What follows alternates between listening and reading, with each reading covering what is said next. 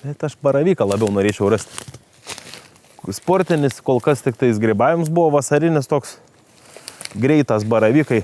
Per 1-2 dienas užauga ir greit pradeda labai kirmyti. Dabar bent jau tiek, dabar kol kas šiuo metu baravykai neauga. Bent jau pas mumis, va, raudonikį radom.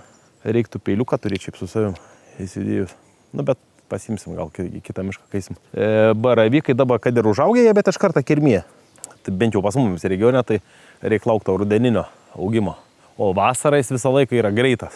Tas toks 1-2 savaitę laiką kažkur jie auga, kai atsiranda tos idealios sąlygos.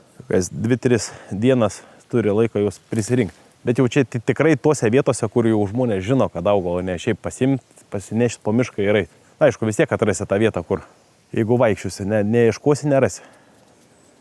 Jeigu turit savo mišką, tai ypač tokį, ne kažkokį jaunuolyną, o brandų arba net nebetoli brandos ir jau užaugusi nuo 30-40 metų, tai vis tiek rekomenduoju atvažiuoti metus vieną kartą pasižiūrėti. Bent jau kas 2 metus vieną kartą, kad pamatyt, kas vyks, nes, tarp kitko, pavasarį čia ant Google žemėlapių, kadangi esam pasidarę, kad matytų savo visos mūsų valdos, vakarę pavasarį skrolinu pro tas savo valdas, žiūriu prie Panevėžio, kirtę prieš pernai metais, gal 2024 pavasarį buvom, kirtimus visus iškirtę, realiai ten sekantis kirtimai tik tais po 5 metų.